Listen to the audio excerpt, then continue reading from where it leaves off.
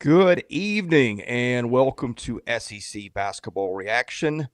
I'm your host, Chris Lee at Southeastern 16, joined by my co-hosts, Blake Lovell and Max Barr. Tennessee has won a food fight in Knoxville. Vols win 85-81 over Missouri in a game that was sort of a tale of two halves. Max Barr, kick us off. Your thoughts on Tennessee's huge win over Missouri? Fantastic game, except for the 15-minute final minute there. That took absolutely forever. But is that a record this year from three? 66.7% as a team? That's got to be the season high. Has to be, or else we would have probably known it. But, yeah, I mean, hey, before we even get into anything with the matchup or how the game played out, we just got an 85-81 game at Tennessee. That's awesome. Both teams hit double-digit threes. When's the last time that happened? I bet there's going to be a bunch of those like ESPN stats and info on this game where it hasn't happened in a long time. A high-scoring thriller. Well, maybe it wasn't much of a thriller because Tennessee did kind of have a few possession lead there for most of the second half. But, man, wasn't expecting that style of game. Very pleased with it. Yeah, I mean, the game becomes a lot easier if you make, 10 of 15 from three. And I think that's the thing, right? Like, Tennessee is just, we said, I mean, it's one of those things where if they get the offense going, I mean, many teams are going to be able to beat them just because we know what they're going to do defensively. But even at that, right? I mean, Missouri comes out, winds up hitting some shots, goes 12 of 30 from three. You'll take that. He gets to the free throw line 29 times, although it felt like 28 of them came in the final 45 minutes of the game / final minute and a half. But, yeah, I mean, I think if you just look at the stats, right, I mean, it's a 4-point game. And so I think for Tennessee, you come out of this feeling great because that's a good win over a top 15 team. You see your offense kind of take a step forward and look pretty good. I mean, what have we said, right? Like, the more you get Milicic involved, I think the better it's going to be for Tennessee's offense. And he was more involved in this game. I mean, if you get Zeigler going 4-4 from three, you're going to take that on any night. And then what's interesting about this is that I think if you're Missouri, you're coming out of this feeling pretty good too in terms of your overall outlook. You're not feeling good about losing the game, but you're coming here, held the lead for a while. Tennessee makes a run just because they had a great offensive performance.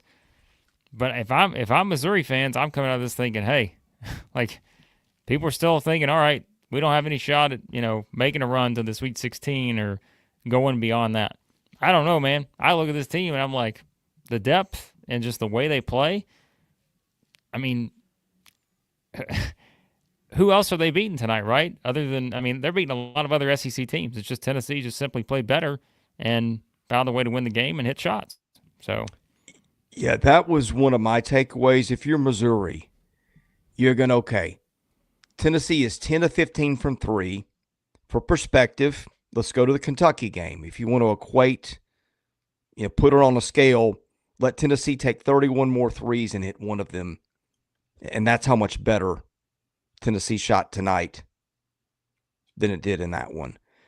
You didn't get much at all from Mark Mitchell, 0 of 5 from the floor. And I'm going to get back to the Bigs theme in a minute. Blake touched on it. So you got that. Tamar Bates missed back-to-back front ends of 1-and-1s when Tennessee was kind of extending its lead. I mean, that happens about as often as Max Barr misses a live stream. I mean, you did all those things, and you still lost by 4 in Food City. Yeah, I mean, hey, Tennessee's going to beat pretty much every team in the nation if they're shooting 66% from three. I did pretty much every single. I mean, it's just, come on. That's got to be the best number I've seen all year, 10 of 15. I will say this, though. I thought that when Anthony Robinson picked up that fourth foul real quick in the second half, that little jump right out of the second half for Missouri, I think on the ESPN game tracker, Missouri had like a 70-something% chance of winning. They're up by like 10 points with a few minutes into that second half. Robinson comes out, and Tennessee gets right back into the game. Lanier not as high volume as he was in the non-conference. They're leaning a little bit more on the bigs, but I feel like Lanier is kind of like hitting those Talon Cooper type of shots from last year's SEC season, when it's like he's not, past few games, hasn't been that extreme high volume guy, but when he hits one, man, it comes in a big time, comes in a big spot, and it gets the crowd right back in it. I feel great about both these teams moving forward. I really do. Still love Mizzou and Tennessee starting to get things rolling again. Milicic doesn't have that illness anymore. Zeigler's back. Zeigler was hitting threes. Shots looked great. So yeah, I feel good about both teams.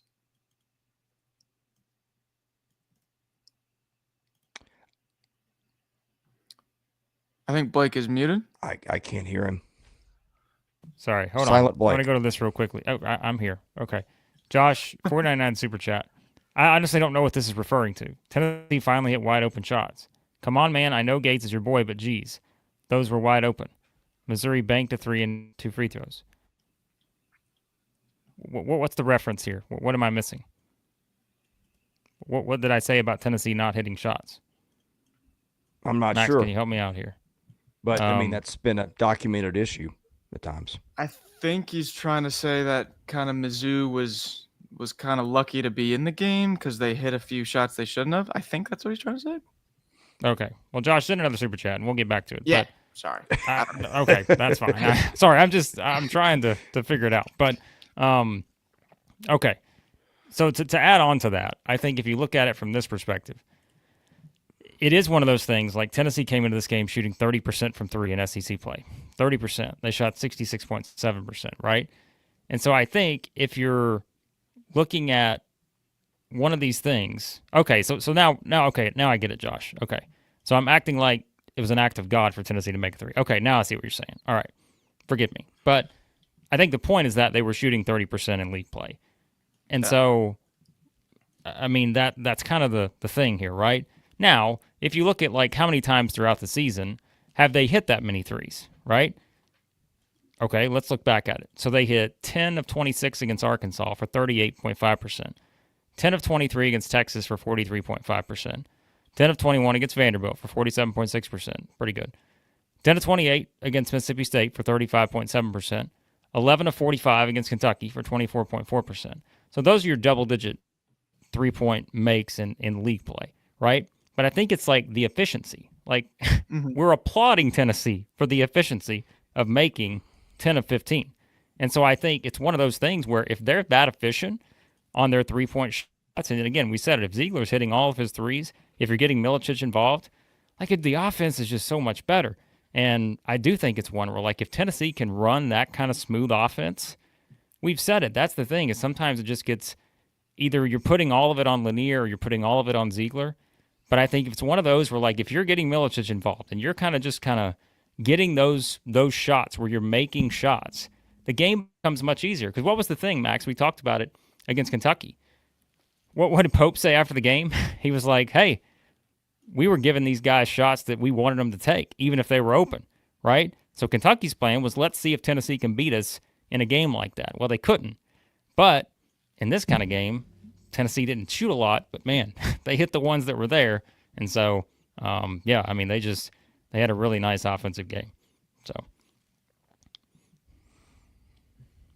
yeah, I mean, go ahead. Well, I was just going to ask you your thoughts on like the backcourt matchups, because when Anthony Robinson went out, you had Tamar Bates come in, but we just had a comment that was, I think it was from a Mizzou fan saying the free throw shooting wasn't that well. And we were talking about that right before we went on. Tamar Bates was number 2 in the nation, free throw shooting coming into the game, and then comes in and misses 2 front ends. That's 4 points. He lost the game by 4 points. I thought that Tennessee's guards kind of won that second half there, because I know you were talking about the front court. I was curious to see what you thought about the back court.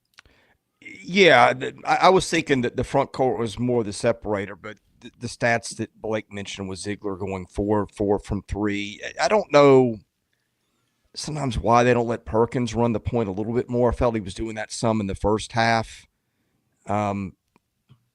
Maybe they want to give T.O. Barrett some experience. He's a young kid. I get that, I guess. But Perkins ran the point a ton at Iowa last year. But, one of the differences was, and this kind of ties into where I'm going to go with the bigs, Max, that little lob pass they've got with Zeigler to Okpara. I mean, Zeigler throws that as well as anybody in the country. That's a difference. Like when you are scuffling offensively, which they weren't tonight, you want to get an easy bucket, have a heady point guard who can throw it up to one of those dudes. And that was where I was going to go with the bigs, Max. One difference I see between Tennessee and Missouri, and I think Missouri's a really good team, okay? When we are getting into talking about teams that are borderline elite, which I think Missouri is maybe getting there, you start to look at the things that maybe they are lacking compared to other teams. And Missouri's bigs outside Mitchell look more like offensive tackles than they do the bigs Tennessee's got. They're throwing lobs, and Milicic is taking guys off the dribble and stuff like that. That is one place where I thought Missouri came up a little bit short, or maybe a lot bit short compared to what Tennessee's got. And again, it's not a deal breaker. Missouri can beat you other ways, but that's one thing that really stood out as I watched this game. Yeah, Blake, we got a super chat here from Zach. Zach continues his streak. When Meshack got that crazy bounce on the three, he's talking about the one that hit the back iron, went straight up, fell right in, knew it was over. Shooter's touch. Yep, it was one of those nights for the Vols. Sometimes it's just the offense is contagious. The shooting is contagious. I will say this, guys, and I'm curious to hear your thoughts, because I've thought about it as well. I've never really brought it up. The whole Jemai Meshack offense conversation, where it kind of, as good as he is defensively, which is like top 5 in the league,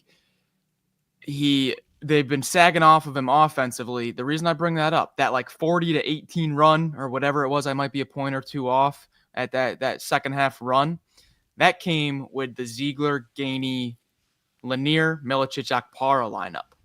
That big run was when Meshack wasn't out there. I love him.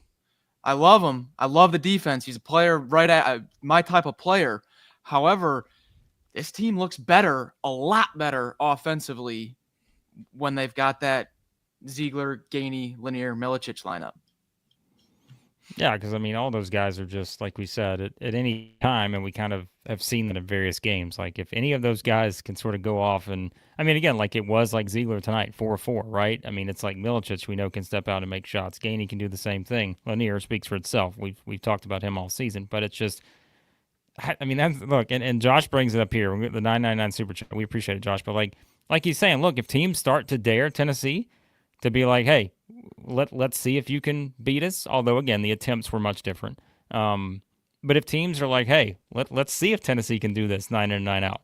If they start getting that, building off this kind of confidence and they're making shots, who's going to beat them with the way they play defense, right? And that's the thing. They're going to say, well, Tennessee gave up 81, but come on. Like, they made the run because their defense just made it so hard on Missouri to get good looks during the run that Tennessee made to all of a sudden go up double digits after being down. What was Missouri up? Was it 11? I remember the number. It was but 11 or 12. Yeah, so, Tennessee makes the run, and yes, it's because they started hitting shots, but it's also because Tennessee did what Tennessee does, and that's just make it really hard defensively to let you have easy baskets. That's where Missouri was having to start to take, tough shots and those kind of things. And so, and that's what we said. That was kind of that missing element, when you just looked at the percentages. And when we mentioned it too, it's not like Tennessee doesn't have guys that can make shots from beyond the arc. We've seen it all season. It's just, if you, though, get good looks and you're getting these guys making these shots consistently, which, as we mentioned, it hadn't kind of been that way in SEC play, there's not going to be a lot of teams that can beat them because they're so good defensively, and they're just not going to have many long stretches during games where they play bad defense, right? And other team may have to work to make their shots, but they're not going to have many stretches like that. And so if you can come up with it on the offensive end of the floor, yeah, they're pushing for a number 1 seed, or are a number 1 seed, as we said, in some people's eyes right now for a reason. So, yeah, see, Max, that's kind of a non-concern to me. He's not one of their better offensive players, but they've got enough guys. They've got, Gainey has stepped up and given them big things this year. We know what Zeigler and Lanier can do. Milicic, if he's playing like that, is one of the better offensive big men in the league. Okpara is good. Now, like if you were to run a lineup, and I don't know if they ever run he and DeBar at the same time, and maybe Cade Phillips is in there, obviously then you are going to have maybe some offensive shortcomings. But I think they've got enough guys. Like if you've got 3 of those 5 guys on the floor with him at any time, I think you're fine. And besides, he's a 76% foul shooter. So, like, they're not counting on him to go be a shot hunter. But if he happens to get fouled in the flow of the offense, you don't have to worry about that either. And Mr. Jones here makes a good point. He's screaming from the rooftops with this point. It needs to be heard. Needs to be heard. What I take away from the last 2 games is Tennessee can win in multiple ways. And, hey, maybe they found something with those, with that lineup switch.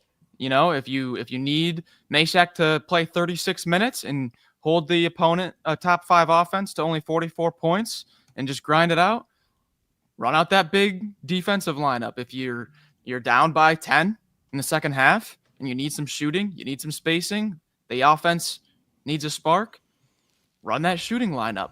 Be interested to see how it goes back and forth now. I kind of like this development here for Tennessee. All right. A couple more super chats we got to get caught up on here. Got quite a few. KJ and the Ray, $9.99 on the super chat. Kiss of death, ? Now, have we established now that a team that has gone the opposite way with the kiss of death has been who, Max? Back-to-back big games. We picked Tennessee in all of them. Yeah. What do you know? Yeah. So, worth noting. On that. Comes and goes. Yeah. My memory is fading. When did Milicic, was it the flu that he had? Mm-hmm. And he missed, which game was it? Oh, I'd have to go in. It was one it of the Florida game? Ones. It was. Yeah, I think so. Yeah. Yeah. Okay. Well, he got 19 against Kentucky before that. He's had back-to-back. Well, I'm sorry. He had 23 against Austin Peay. But since then, that was all the way back right before Thanksgiving. Those have been the highest 2-point totals he's had since then. That's interesting to me because if you want to talk about Tennessee's offensive stagnancy and stuff like that, when you get a guy that can get you buckets in the ways that he can, that's a whole lot of a solution to take your pressure off some other guys. I think, to me, I'll be very interested to see if he's not going to get 20 every night, don't get me wrong. But if he's that kind of player where he's that kind of factor every night, I think they're getting a 1 seed, which they already are after probably we're going into tonight. I think probably obviously beating Missouri is not going to change anything. But that's the angle that kind of piqued my curiosity the most tonight.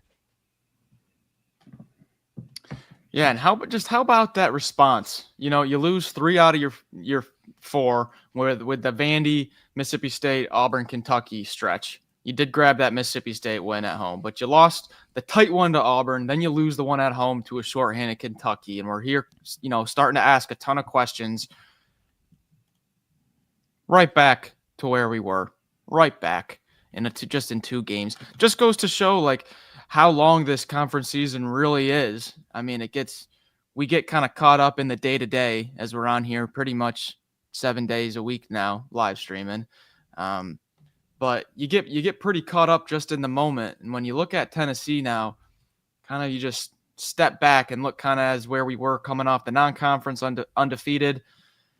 Man, they have weathered the storm a lot nicer than I thought they would have, just judging where they were about a week ago.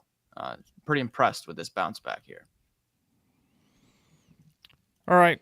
More super chats. Timmy, $4.99 here from earlier. Have to feel great about Mizzou. They put up the most points against the Vols this season. Took the Vols shooting a season high 67% to win. So, Timmy, we appreciate you contributing to the channel. Let's see what else we got here. $9.99 from James. Missouri impressed me as a UT fan. They have so many dudes they can just make and create their own shots. Highly competitive, high-level shot-making game. We sure this was one of our games. So, yeah, I mean, it really was a fun game, like you said. I mean, really just the start Missouri got off to. Tennessee, I think you always knew was going to make a run, and I think as it was brought up earlier, the all caps response, Max. Tennessee just is finding multiple ways to win, and that's kind of what it comes down to right now for this team, and that's what you got to do at this time of the year, right? You got to find multiple ways to win. Not every game's going to be the same. And I think, having a variety of these kind of games is good for SEC teams, in my opinion, because it's only going to help you in the tournament. Tennessee's had a 53-51 game against the number one team in the country. They have games like this. Every game's different because you have a lot of different styles in this league. So there you go. Let's see what else we've got here. Let's see from as you're looking. I know we usually like to look ahead to the schedules here. Mm-hmm. Am I forgetting? Did you already run through Tennessee's upcoming schedule? And while I was looking something up, or have we not done that yet? No, we've not done that yet. I don't think in this video, have we? We may have in another one, but we did talk about together. We did bring up, I think, the notion.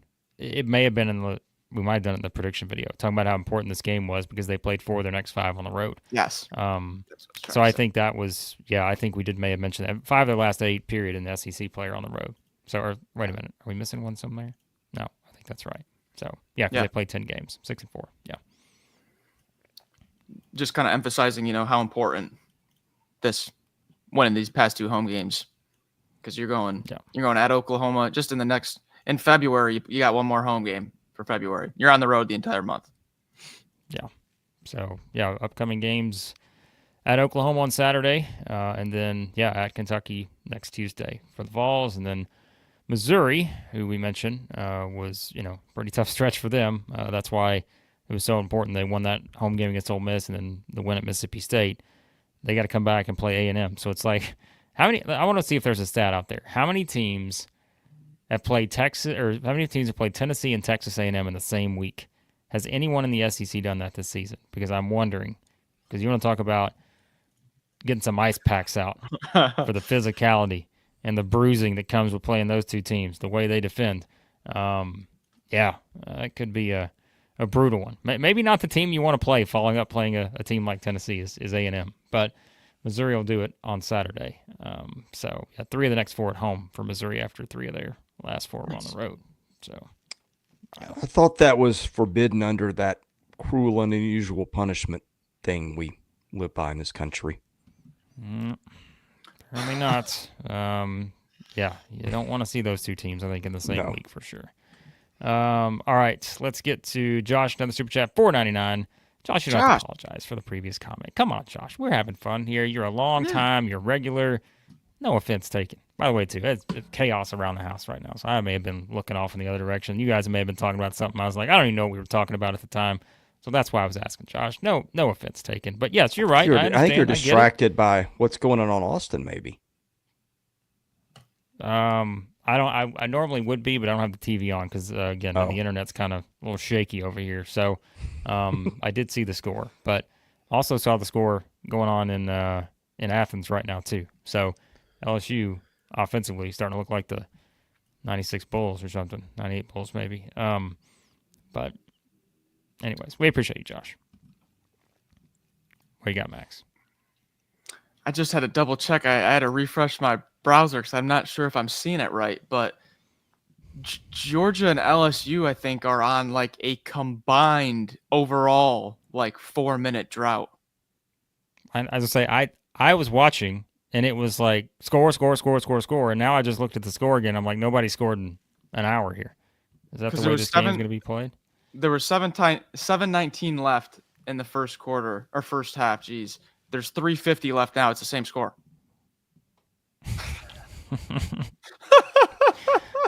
But I mean, it's not that surprising. Log. I mean, it'll hurt your eyes. Chris, if you want to know why Max and I picked on Georgia a little bit, this is why. Because stretches like this is where we get concerned. We normally don't do this. I got to show the viewers what I'm looking at right now. Look at the line of the game. It is just stopped right away. No comment. No comment. I think Georgia fans think that I hate them. I don't. They worry me a little bit offensively. Now you maybe can understand why, just a little bit. So good, not great. That's the key to setting your bar for expectations, Blake. That's what Chris aims for. Teams that are just good, but they don't have to be great. No, you just got to be good enough. We need that on a T-shirt. My team is good, not great. Southeastern 16, good, not great. There you go. So, all right. Let's see what we got here. Here's a a cool comment here from Fred. Thanks for hopping in. I like Missouri coach, Mr. Gates, but they're gonna have to pay him some money to keep him, I would imagine, with the new news out of Florida State. I don't know. Blake? Missouri's a much better job than Florida State, Yes. but he does have connections there. Of course, he's going to be on their list. Why wouldn't he be? But yeah, I don't think so. We'll see. All right, Austin 499 super chat. Barnes does an excellent job. It says massacred minutes. I'm going to assume that's Meshack. I'm going to assume that's like a spell check thing. Somebody earlier, I don't remember who it was telling me like they had a list of like, it may have been SEC football, but they were like the worst spell check list where like you'd put a name in and all of a sudden it would just propagate into something else, right? So, yeah. So I listen. That's exactly what it was, Austin. We're not blaming Austin. It had to be the Jemai Massa Shack. The autocorrect. Got him. Mother Carol, $5 super chat is here. Just glad to be in the live chat. I'm not sure. Hello, Mother Carol. It's live chat tonight. I don't know. This one tonight is getting a little heated, but no, we always appreciate Mother Carol. Chat is crazy. Oh, okay, she did say that. Chat is crazy as ever. Have a blessed day, everyone. Yes. Quickly here, Josh, $1.99. Are the Fighting Caliparis possibly back? Look, spell check got Josh too. Got them too. It's getting everybody tonight. Everyone's good. Got another one in the autocorrect, chat. the spell check. It's Josh. Josh, hold on. The spell check is awful. There you go. So it's the super chat thing. It's not just the chat; it's the super chat. That's what it is. That's what's getting people. So anyway, How did Cy Young get dragged into this? That's what I'd like to know. Chris, it's not Cy Young. It's C.Y. That's what it Young. says. We're not talking about the pitcher here. We're talking about C.Y. Young, man. Come on. I like my version better. Yeah, don't talk to Missouri fans about pitching right now. They don't want to. Oh, we broke a little news on that today. Well, don't tell them everything because the video's not up yet. All right. Anyways, What did our good friend Mr. Lenardi have the Tigers at heading into tonight? there were 5, weren't they? That's what I. 6? Yes, yeah. Or Rocco they're had at them as 5. Okay. They both. So they both Okay. had Missouri as a 5. Tennessee sticking there as a 1. I don't think this moves Missouri at all. Actually, it probably bumps them up a little bit because they covered the analytical spread, so they probably went up a little bit. Yeah. All right. So let's see here. Anything else we want from this game here, and then we'll hit a couple more chats. If you're watching right now, Arkansas, yeah, they're up 8 at Texas. About 3 minutes to go in the first half. Georgia and LSU have scored again. They have put more points on the board. Georgia up 4 with a minute to go in the first there. So Scoring flurry in Athens. Yeah, good, not great. Yeah, so I think coming out of this, I mean, again, I feel pretty good about both teams coming out of this game tonight. Tennessee and Missouri, and again, Missouri's got a tough bounce-back game against A&M. Tennessee hits the road for, I think, an interesting game at Oklahoma before heading to Kentucky. So, yeah, two teams still, again, for Tennessee, obviously, they're sitting in a better spot now. They're at 6-4. Missouri's still in a fine spot at 6-3 in the SEC. And like we say, too, we always say, like, when you're looking at the metrics and the net rankings and all that, a 4-point road loss for Missouri is not going to really hurt them at all. So, yeah. Hey, look at this. And Paisley. Sorry if I messed that up. I'm going to go with Paisley. Is that a waffle? Yeah. Looks like a little interesting. No butter syrup. But you know what had all the fixings tonight was butter syrup. Was this game. I didn't know this stat. I should have known this. I feel like I should have known that. 81 points. Most on the Vols defense all year there. Makes sense, but wow. No one had gotten to 80. Yeah. That's why they're number 1, right?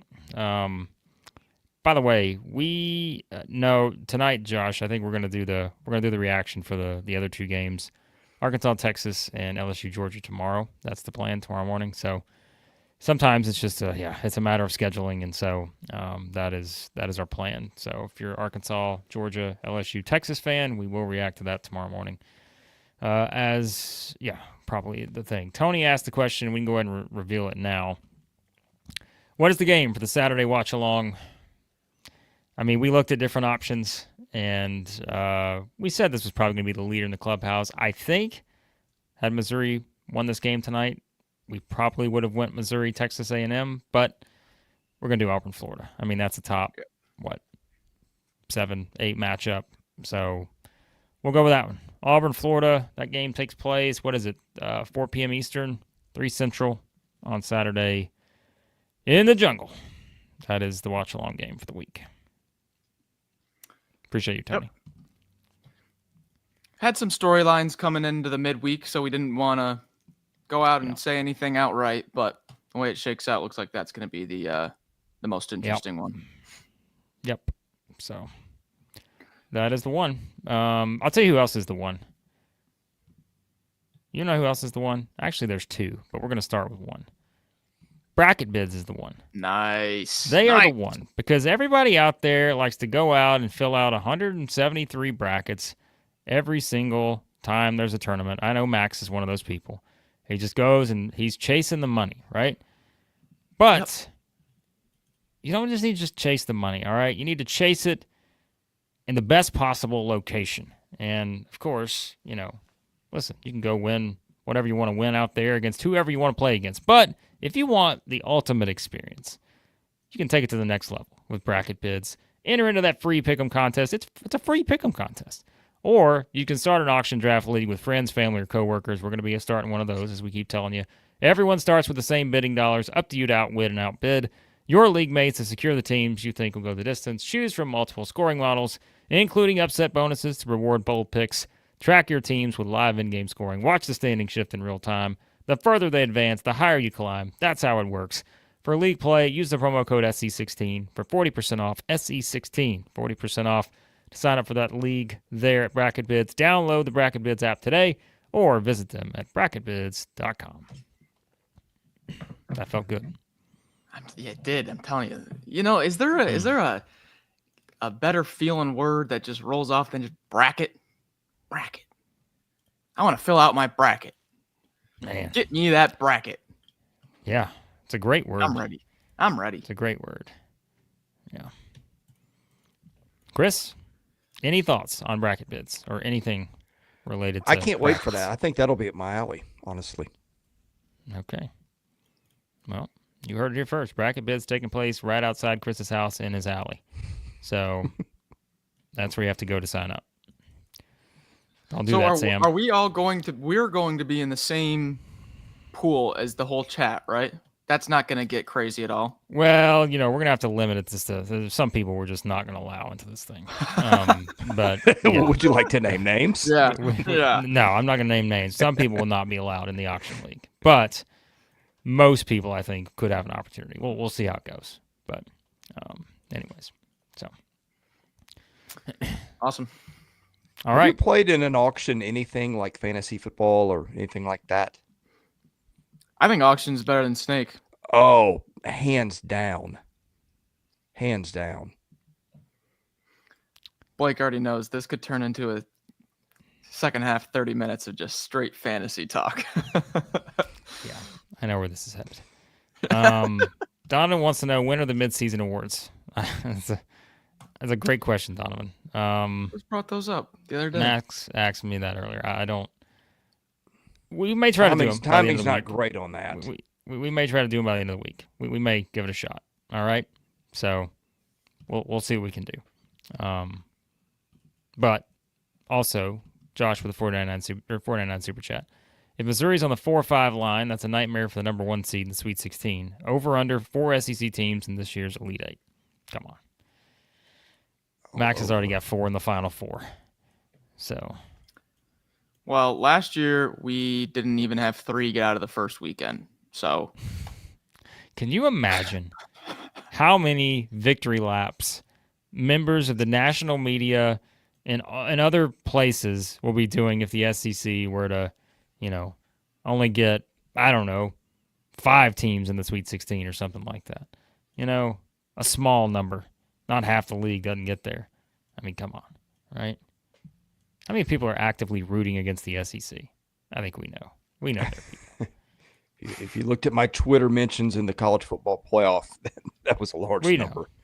We know how this works. Boy, people kept receipts on that one. My goodness. Yeah. Well, that's what happens sometimes. Rule number 1, never tweet. $2 super chat, Zach. No, make it Texas A&M, Missouri. Now, why is Zach saying that? Because he thinks we're going to jinx Auburn? Is that why? Oh, I think Zach, why don't you'll be in there with us, watching it with us. What are you talking about? Let's see. I mean, we've already proven the Southeastern 16 kiss of death does not apply to Tennessee the past couple games. So, we'll see. All right. I'm just looking at, just real quick, just because my brain wanders like this. Looking at last year's tournament draws, man, the SEC didn't get any help. You had Florida get absolutely screwed with the 7. We were thinking they'd be like a 5 or something. Auburn got screwed. Florida got screwed. Yeah. Auburn got screwed. You had South Carolina get Oregon. Nobody wanted to play Oregon at the end of the year last year. And then Mississippi State gets Tom Izzo in Michigan State. I mean, we didn't get any favors. Tide made up for it, though, going to the Final Four. Well, here's what we may have to do for the committee this year. You know what we may have to do for them? We may have to say, you know what? Here's the thing. Let's call a truce here, all right? A truce. We get something out of this deal. You get something out of this deal, all right? We get better seating as the SEC. You actually take into account the SEC tournament, which is going to be an absolute battle in Nashville. The battle in Nashville. But we're going to give you something too. You know what we're going to give you? We're going to give you the gift of Sanders Logistics. Because there may be some committee members saying, you know what? I got to fill out this bracket, this very important bracket. But then I got to move. I mean, it makes sense, right? I mean, I feel like everyone does that. If you're on the committee, you probably just, go do that and then you move. So if they do want to do that, all you got to do is call Sanders Logistics, formerly known as Ted R. Sanders Moving, as you guys know by now, a leader among moving companies in Nashville, Tennessee, and the surrounding area. Their team of professional movers are focused on delivering efficient, hassle-free moving at an affordable price. I like efficient, hassle-free NCAA tournament brackets. Ooh. So if you want to, have that, then we can say, hey, committee member, thank you for that. Here's something else that'll match your efficiency and hassle-freeness. Hassle-freeness. And that is Sanders Logistics. Because whether you're moving across town or across the country, Sanders Logistics has you covered. Visit them at tedrsandersmoving.com. Did you see Mother Carol's comment earlier? See, we talk about autocorrect and all this other stuff. Mother Carol types Sanders, and it automatically, it probably does automatically pull up logistics. We take this to the next level. So, anyway, Matt, absolutely. Can you directly give a super chat to Sanders Logistics? Sure, send it on in. I think they said send in $500, and we will directly get it to him. I promise you. We will give Chris the money, and he will take it right to him. Because he already takes all the super chat money, so we'll just give it to him again, Well, I spoiled a good story. What? Speaking of good stories, are you keeping an eye in Austin? No, I've got both my eyes right here. Thanks for the clarification. Nice. That's helpful. What's going on in Austin? Well, what's going on in Austin is that Arkansas is up 35-24 with 46 seconds left in the first half. Oh, okay. I thought you were going to say the game. Okay. Boy. So they're up 11 in the first half. All right. Georgia has a 25-8 rebounding advantage at halftime. Ooh. And they're only up 6. That is also true. Shout out Bill Walton. That's also true. Oh, Josh, 999 on the super chat. We appreciate Josh tonight. Food for thought. I don't like the idea, but I think you'll see some SEC teams tank the SEC tournament. Josh, I am 100% in favor of this. Yeah. I think we brought this up a couple times. I am 100% in agreement. Like, it doesn't make any sense. That's why I said earlier, and I was joking, and I know Auburn fans thought I was like nuts, but I'm like, the worst thing Auburn could do is go out and win the SEC tournament this year. because there's no reason. If they keep doing this and they win the SEC, let's say, and even if they lose a game or two, they're still the top overall seed, no matter what. Like, they could go out and lose 150-0 to their first opponent in the SEC tournament. They'd still be the top overall seed in the tournament, in the NCAA tournament. So it's like, hopefully there's some changes, but I worry about that for these SEC teams. This tournament just, it's getting brutal. We're seeing it. But then again, you could also point to 2019, right? And say, like, all right, well, hey, sometimes it works out. But the grind of this year, I don't know. Auburn would only have to play 3 games, though, right? Yeah, but still. 3 games against Tennessee, Florida. I mean, Missouri. You play Sunday, and then you don't play again until Thursday or Friday. Now, look, maybe if you get sent to Denver or somewhere, it gets a little more complicated if you've got a long flight or something like that. But I don't know. Altitude. Watch out for altitude, man. It's a killer. I don't think I've ever nothing's coming to mind. You guys might remember some instances, but I feel like this year maybe because you see it you expect it in football, but maybe this year just because of what happened to Micah last year, when it gets into the semis to the championship, say Auburn's in the championship, do they sit Broome, or something like that? Just because they know that this means nothing to the committee. And last year, one of the SEC's hottest teams at the end of the year just completely got derailed from an injury in this tournament. Like, I don't know. Injury is one thing. I think you guys are overrating this. And I'm the resident worrywart about things that nobody else worries about. But hear me out. These guys are college-age kids. You're going to have, again, several days off. Other teams are also playing through tournaments. And I'm thinking, just off the top of my head, Billy Donovan's first natty came after Florida won the SEC tournament, then ran the table. And then I remember Kentucky getting beat in the final by Vandy in, what was that, 11 or 12, and then running the table in the NCAA tournament. And by the way, when Florida did it, I think all those games were fairly one-sided. All right, here's my pushback. And it should be pretty obvious what my pushback is going to be. Florida did it in an SEC where you had some pretty rough teams. They did it within the context of a tournament that was much easier to win. Whereas I think now it's like if you run the gauntlet, you're going to be playing probably multiple potential number 1 seeds, number 2 seeds, a 3 seed, a 4 seed to try to do it. And I think the whole point is like it's risk versus reward. And I think that's the, I don't know, that's my only thing is that it just, and this isn't I don't think we're arguing the fact that teams should just completely tank. I think we're arguing the fact that logistically, unlike Sanders logistics, nice. It's not hassle-free. There's a lot of hassle with this tournament, and I think that's where, like, move it up a day, play Tuesday to Saturday, something like that. We've just seen that it has no bearing on your NCAA tournament resume. It has in the past couple of years.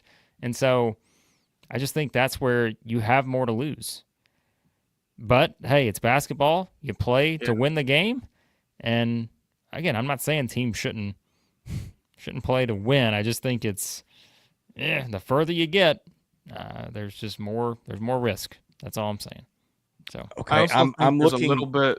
Hold on one second. Let me just get this in because Zach's got a comment that's getting lost up here. UConn blazed through the Big East tourney in 2011. He's talking about that Shabazz Napier Kemba Walker team. I feel like it's also the reason that we're kind of bringing up Auburn in this context is because some teams really need those games in the tournament to build up a little bit of momentum, to get hot and find a little bit of confidence going in. I think we're just talking about it with Auburn in this context of like, what's the point here, guys? You know, that kind of thing. Okay, for the record, the year Billy Donovan did it in this first of 2, they beat Arkansas 20 in KenPom, LSU 11 in KenPom, South Carolina 19 in KenPom, The last one, a 49-47 rock fight. I'd forgotten Okay. that. Well, hold And on a then second. ripped Hold off on. 6 Hold in on. a Hold row. on. Hold on. Hold on. Give me 1 second. Oh, here. no, I You- brought up evidence, and that's a problem, huh? Oh, I'm glad you said that because I'm about to give you the evidence right here, pal. You just told me South Carolina was 19 in KenPom. Do you know what South Carolina's record was in the SEC that season? 6-10. They were 6-10 in the SEC. So don't give me a KenPom numbers. They almost had as many losses as they had to the KenPom number. I thought the Ludicrous. point was you're going to get beat around. Are you kidding me? Hey, Ronaldo. Don't tell me South Carolina was great. They're 19th in KenPom. They lost 15 games. They didn't even make the NCAA tournament. They were 3 seed in the NIT. Get out of here with that. You come Evidence. for the reaction. You stay for the banter. Chris, the point is that this is an unprecedented season. This is the best conference in the history of civilization, as I've said many That's times. So that was not the case in 2006. And that's all I meant. I just don't think that's all. See, I don't think the normal rules apply to Auburn. Janai Broom is made of bionic parts. Chad Baker Mazzara nearly dies about once a month. They just come back like nothing ever happened. So here's what I realized, by the way. South Carolina was 14-14 and 5-10 heading into this regular season finale against Auburn. South Carolina won that game by 4 on the road to finish the regular season 15-14 and 6-10. They did not lose again except for a 49-47 slugfest against Florida in the SEC championship. Then they went on to win the NIT. So That's I apologize, NIT championship. Gamecocks. Yeah. Okay. Was that Dave Odom? That's fair. I think Well, it I would mean, be Chris, you Dave knew Odom. that, right? But You still. knew that. Yeah, I'm sure. I'm sure. Oh, of course I I'm sure knew he it. knew that. You know. Yeah. Yeah, right. He knew that. Yeah. Yep. He knew it, no doubt. So I think what I'm learning is Blake just doesn't believe in Auburn. I mean, that's really the lesson we're getting here. oh my. Oh. That was good. Okay. Because if you believed in Auburn, you would not be worried about 3 games in 3 days, buddy. Pal. Chris is I'm dangling worried the bait right in front of Blake. Is he about gonna take it? injuries, okay? Injuries. Because here, you know why I'm worried? Because as Chris knows, every single time someone gets injured, they're out for at least a decade. Doesn't And apply to so- Auburn. I just told you that. I mean, that's all I'm saying. applies So, to Kentucky, but not Auburn. Man. All right. Anyways, back to 2006 SEC. Arkansas went 22-10 that year. 10-6. Who else did Florida beat? The Harlem Globetrotters? Did they beat them on the way to the national They championship? would have. Yeah. Yep. That team was fun. Yeah, the Globetrotters, I agree. That was a team that, you didn't know who any of those guys were coming into the year, too. Anyways. All right. This is what you Well, I get mean, here. remember they had turned over all those seniors the year before. I think Matt Walsh and that bunch was gone, and Yeah. I mean we found out who they were, but anyway. Wait, Zach, is that true? Can Chad Baker Mazzara come back next year too? Oh, because What? of the JUCO? Maybe Yeah. That 26? would be. I learned today that I'm 4 months younger than Chad Baker Mazzara. Didn't know that was out there. Do you have eligibility? I bet you do. Who needs a Max Barr? If they need another 40% 3-point shooter, they could maybe slash the 0 off that percentage, and I'll go out there and maybe get a few offensive rebounds or something. You know what they say? Everybody needs a Max Barr. Did they say that? I'm like, They say it. That's what they say. Wow.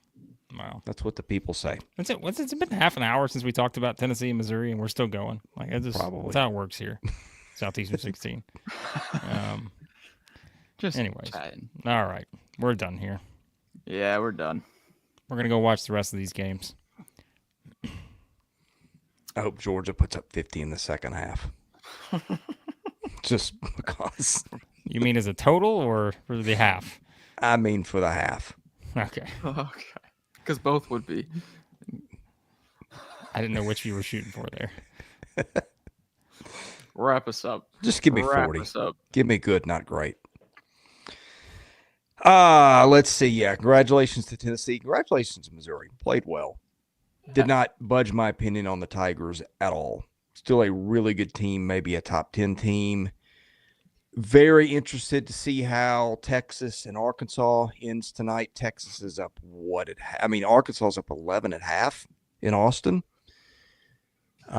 Georgia is padding its lead as we speak here. Tyron Lawrence, was that who it was?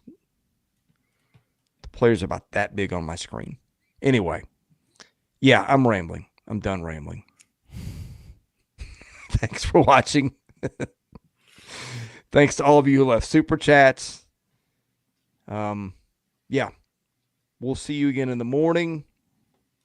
Oh, Max. I saw an analytics thing on our account, on our YouTube account. I checked it out the other day. It said something like 60% of viewers aren't subscribed. What? Hey, come on, guys. Just go ahead. Free. It helps us. It helps us out. It helps us out. I wanted to get that in. If you are viewing and don't subscribe, hit the subscribe button. Please. Yeah. Helps us attract sponsors and all the other things we need to do this. But anyway, for Max Barr and Blake Lovell, thank you for watching. God bless you. You've been watching SEC basketball content here at Southeastern 16.